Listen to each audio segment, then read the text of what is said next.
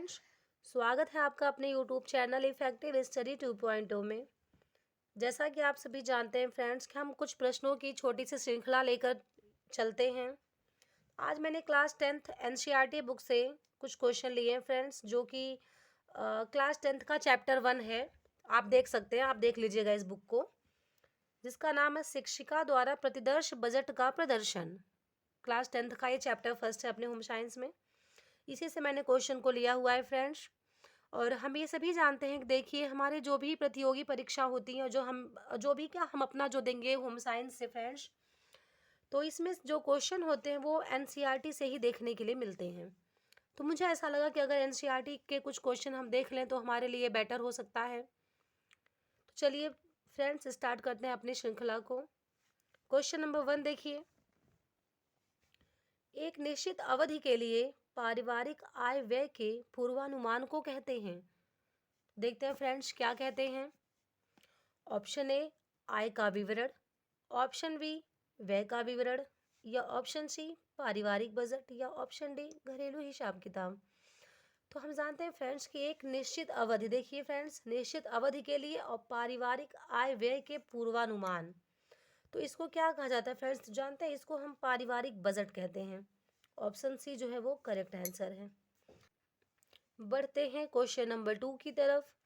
आय व्यय का संतुलन बनाए रखने के लिए किसकी आवश्यकता पड़ती है? तो आय और व्यय दोनों का संतुलन बनाने के लिए क्या हमें बचत की आवश्यकता पड़ती है, क्या हमें बजट की आवश्यकता पड़ती है, या ब्याज की पड़ती है, या बैंक की पड़ती है? तो फ्रेंड्स, ब्याज और बैंक ये यहाँ पर किसी काम का नहीं है। चूंकि हमें आय और व्यय का संतुलन बनाना है, तो हम ये जानते हैं कि इसके संतुलन को बनाने के लिए हमेशा हमें बजट की आवश्यकता पड़ती है। जो ऑप्शन बी है वो इसका करेक्ट आंसर है। देखते हैं क्वेश्चन नंबर 3। पारिवारिक बजट का कौन सा मुख्य मद नहीं है? तो पारिवारिक बजट का कौन सा मुख्य मद नहीं है फ्रेंड्स? ऑप्शन ए मकान, ऑप्शन बी भोजन, ऑप्शन सी वस्त्र और शिक्षा, या ऑप्शन डी दुकान या फैशन। तो ये हम सभी जानते हैं फ्रेंड्स कि हमारी जो हम कहते हैं ना कि हमारी सबसे प्राथमिक आवश्यकता क्या है, तो हमेशा हम कहते हैं भोजन वस्त्र और आवास। तो जो भोजन वस्त्र और आवास जो होता है ये हमारी प्राथमिकता होती है, प्राथमिक आवश्यकता हमारी यही होती है फ्रेंड्स। तो मकान होती है, भोजन होती है, वस्त्र और शिक्षा होती है। पर ये जो दुकान और फैशन है, ये पारिवारिक बजट, ये हमारा मुख्य मद नहीं होता। ये तो जब हम इन चीज़ों से परिपूर्ण हो जाते हैं उसके बाद हम इसकी तरफ ज़्यादा रुझान लेकर चलते हैं। तो ऑप्शन डी जो होगा इसका करेक्ट आंसर होगा। बढ़ते हैं क्वेश्चन नंबर 4 की तरफ। पारिवारिक बजट का मुख्य मद है, तो अभी हमने देखा था मुख्य मद नहीं है, तो अब हमें देखना है मुख्य मद है फ्रेंड्स। ऑप्शन ए भोजन, ऑप्शन बी दुकान, ऑप्शन सी मनोरंजन, या ऑप्शन डी फर्नीचर। तो अभी तो हमने जस्ट इसके पहले वाले क्वेश्चन में इस चीज़ को देखा था फ्रेंड्स कि जो फर्नीचर है कोई मद नहीं होती। ये जो फर्नीचर होती है तो हमारी एक आवश्यकता होती है, हमारे घर की वस्तुओं में इसकी काउंटिंग की जाती है। भाई जब हम हर एक चीज़ से परिपूर्ण है सभी साधनों से, तो फर्नीचर अपने हिसाब से हम रखते हैं। और मनोरंजन भी वही है फ्रेंड्स की मनोरंजन की आवश्यकता सभी को होती है, बट ये मुख्य मद नहीं होती मनोरंजन। हम अपनी बजट और अपने व्यय के अनुसार ही हम इस चीज़ों पर खर्च करते हैं। और दुकान भी नहीं है, तो ऑप्शन ए जो है वो करेक्ट है। भोजन जो होता है ये मुख्य मद होता है फ्रेंड्स। बढ़ते हैं क्वेश्चन नंबर 5 की तरफ फ्रेंड्स। देखते हैं क्वेश्चन नंबर 5। मासिक बजट बनाना आवश्यक है, तो मासिक बजट बनाना क्यों आवश्यक है? ऑप्शन ए आय व्यय में संतुलन बनाए रखने के लिए, ऑप्शन बी आकस्मिक आवश्यकताओं की पूर्ति के लिए, या ऑप्शन सी बच्चों की पढ़ाई के लिए, या ऑप्शन डी उपहार देने के लिए।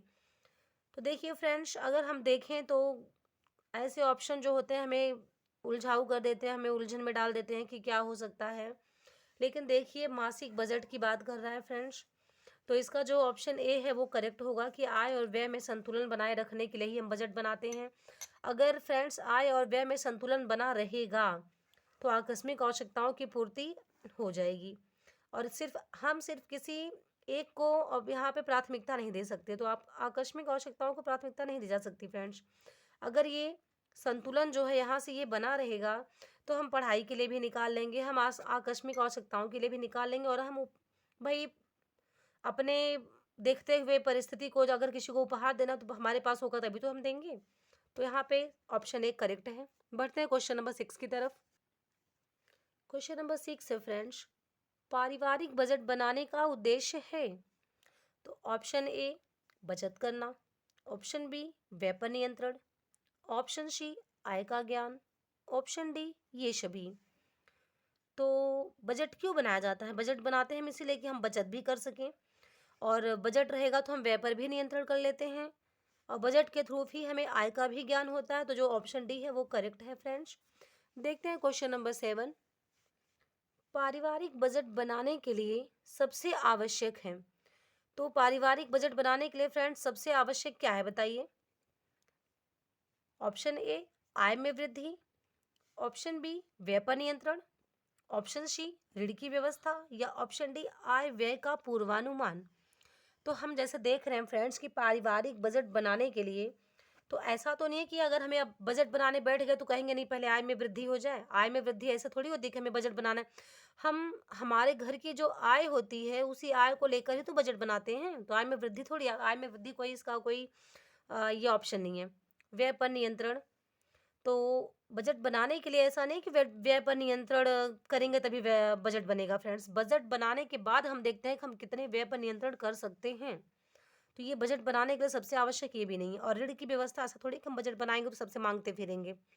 ऑप्शन डी आय व्यय का पूर्वानुमान जो है फ्रेंड्स, ये इसका करेक्ट आंसर है कि हमें बजट अगर बनाना है, अगर आप किसी कार्य के लिए बजट बनाने बैठे हैं अपनी फैमिली में, तो पहले आप तो यही ना देखेंगे कि हमारे घर में आने वाली जो इनकम है वो कितनी है। उसके बाद जो इनकम आएगी उस इनकम का ब्यौरा लिखेंगे आप। उसके बाद आप देखेंगे कि जो व्यय होता है हमारे मदों पर, मुख्य मदों पर व्यय कितना होता है। जब आपके व्यय और आय का पूर्वानुमान होगा फ्रेंड्स, तभी तो हम बजट बना सकते हैं। तो ऑप्शन डी एग्जैक्ट आंसर है। बढ़ते हैं क्वेश्चन नंबर 8 की तरफ। देखिए फ्रेंड्स, क्वेश्चन नंबर 8 हमारा क्या कह रहा है कि पारिवारिक बजट महत्वपूर्ण होता है। तो पारिवारिक बजट महत्वपूर्ण होता है, भाई देखते हैं क्या है, किसके लिए महत्वपूर्ण होता है। ऑप्शन ए गृहिणी एवं पूरे परिवार के लिए, ऑप्शन बी अर्थशास्त्रियों के लिए, ऑप्शन सी समाज सुधारकों के लिए, या ऑप्शन डी इन सभी के लिए। तो फ्रेंड्स, जो पारिवारिक बजट है वो किसी पर्टिकुलर एक को प्राथमिकता थोड़ी दी जाती है। ये गृहिणी एवं परिवार के लिए भी होता है, अर्थशास्त्रियों के लिए भी होता है और समाज सुधारकों के लिए भी होता है। तो ऑप्शन डी सही है, क्योंकि बजट ऐसी चीज है फ्रेंड्स जो सभी बनाते हैं और सभी के लिए ये आवश्यक होता है। बिना बजट के तो हमारी जो व्यवस्था देखिए फ्रेंड्स वो डगमगा जाती है। बजट बना के हम एक लेखा जोखा तैयार कर लेते हैं तो हम अपनी फैमिली में बचत भी कर सकते हैं, और आने वाले जो आकस्मिक खर्चे होते हैं उनके लिए भी कुछ राशि जो होती है उसे इकट्ठा कर लेते हैं। बढ़ते हैं फ्रेंड्स क्वेश्चन नंबर 9 की तरफ। देखिए क्वेश्चन नंबर 9 क्या है फ्रेंड्स, लोकप्रिय पारिवारिक बजट का सिद्धांत प्रस्तुत किया। लोकप्रिय पारिवारिक बजट का सिद्धांत किसने प्रस्तुत किया, बस यही पूछा जा रहा है फ्रेंड्स। तो क्या मार्क्स ने किया option A, option B Angel ने किया, ऑप्शन सी टॉल्स्टॉय ने किया, ये ऑप्शन डी माइकल एंजिलो ने किया। तो फ्रेंड्स हम सभी जानते हैं, इसमें ज़्यादा कुछ कहना नहीं है, सभी परिचित हैं कि लोकप्रिय पारिवारिक बजट का सिद्धांत जो है फ्रेंड्स वो एंजिल महोदय ने दिया है, जो कि बहुत फेमस है इनका दिया हुआ सिद्धांत। बढ़ते हैं क्वेश्चन नंबर 10 की तरफ। क्वेश्चन नंबर 10 है फ्रेंड्स, पारिवारिक बजट द्वारा अनावश्यक व्यय को क्या किया जा सकता है। ऑप्शन ए सहायता प्रदान की जाती है, ऑप्शन बी प्रोत्साहन दिया जाता है, या ऑप्शन सी नियंत्रित किया जाता है, या ऑप्शन डी स्वीकृति प्रदान की जाती है। तो पारिवारिक बजट द्वारा अनावश्यक व्यय को पूछ रहे थे। क्या हम बजट बनाएंगे तो अनावश्यक व्यय को सहायता दी जाती है, कौन सा वो हमारी हेल्प मांग रहे हैं कि हमें दीजिए मदद, ऐसा कुछ नहीं है। अब प्रोत्साहन, तो वही बात है कि ऐसा नहीं है फ्रेंड्स हमने बजट बना लिया और खर्चे हमारे सर के ऊपर, तो हम कहेंगे बहुत बढ़िया, ऐसा भी नहीं होता। हाँ, ये ऑप्शन सी बिल्कुल करेक्ट है कि अनावश्यक व्यय को नियंत्रित किया जाता है, बिल्कुल सही है ये। देखते हैं क्वेश्चन नंबर 11,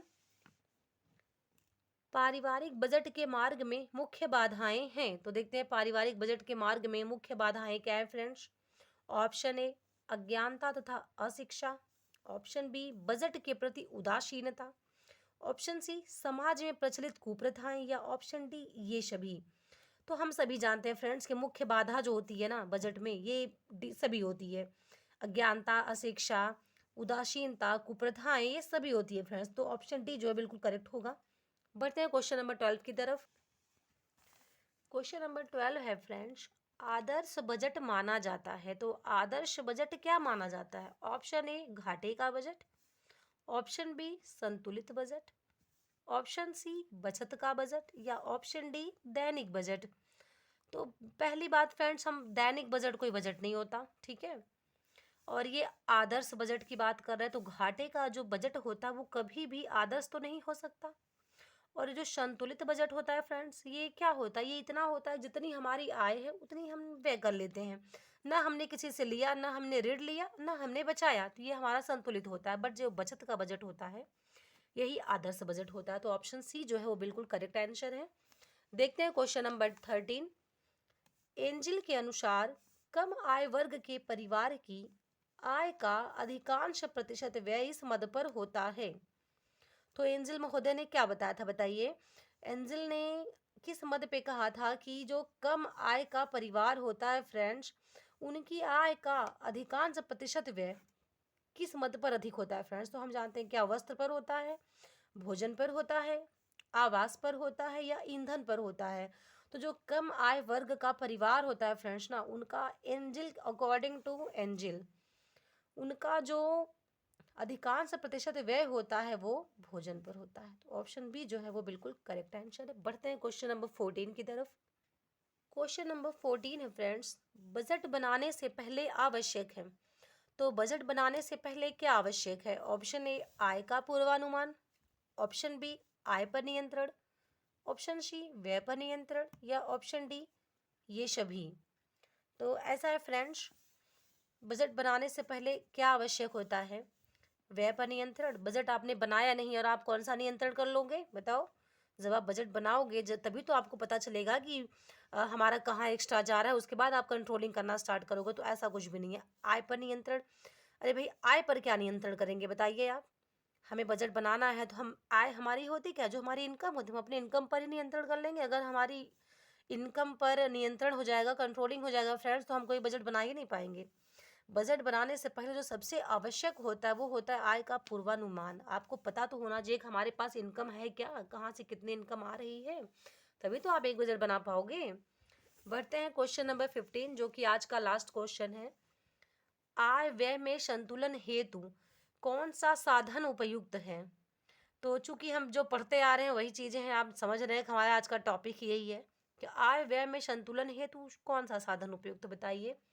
ऑप्शन ए वार्षिक बजट, ऑप्शन बी मासिक बजट, ऑप्शन सी साप्ताहिक बजट या ऑप्शन डी दैनिक बजट, बताइए। हम सभी जानते हैं फ्रेंड्स कि हमें अगर आय और व्यय में संतुलन बनाना है तो जो सबसे उपयुक्त साधन होता है ना वो मासिक बजट बोला जाता है। ऑप्शन बी जो है बिल्कुल करेक्ट आंसर है। तो फ्रेंड्स, इन्हीं प्रश्नों के साथ हमारी आज की श्रृंखला यहीं पर समाप्त होती है। क्वेश्चन कैसे लगे जरूर बताइए फ्रेंड्स, क्योंकि ये मेरा छोटा सा प्रयास है। अब मैंने ये सोचा, और मैं जानती भी हूँ फ्रेंड्स कि देखिए जो एनसीईआरटी होती है वह हमें बहुत मदद करती है, हमारे लिए बहुत हेल्पफुल होती है। तो मुझे लगा कि मैं क्लास 10th की एनसीईआरटी से कुछ क्वेश्चन लेके आऊँ विथ टॉपिक। तो आज मैंने चैप्टर फर्स्ट का बजट वाला टॉपिक लिया था, कल मैं नेक्स्ट टॉपिक को लेकर आऊँगी फ्रेंड्स। तो क्वेश्चन कैसे लगते हैं कमेंट जरूर करिएगा, और वीडियो अगर आपको पसंद आए तो लाइक और सब्सक्राइब करना ना भूलिए।